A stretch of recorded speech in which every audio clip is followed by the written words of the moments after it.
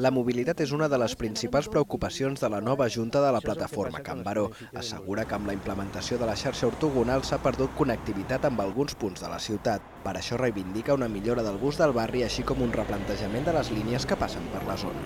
Ens han tret autobusos, tenim un minibús del barri que no funciona, passa cada 20, 25 o 30 minuts. Ens han posat uns amb 6 places i amb 3 esgraons, amb una mitja d'edat poblacional molt elevada. La salut pública és un altre dels aspectes que preocupa els representants veïnals, concretament les restes d'amiant que expliquen hi ha al turó de la Rovira. L'Ajuntament ha fet accions per solucionar el problema, com netejar els camins i fixar l'amiant amb sauló premsat, però l'entitat considera que són insuficients. Quan plou, i darrerament les pluges són breus però torrencials, surt amiant per tot arreu, surten trossos visibles, a part del pulveritzat que hi ha barrejat amb la muntanya. També reclama més equipaments i millores urbanístiques com voreres més amples i antilliscants o més aparcament per poder pacificar alguns carrers.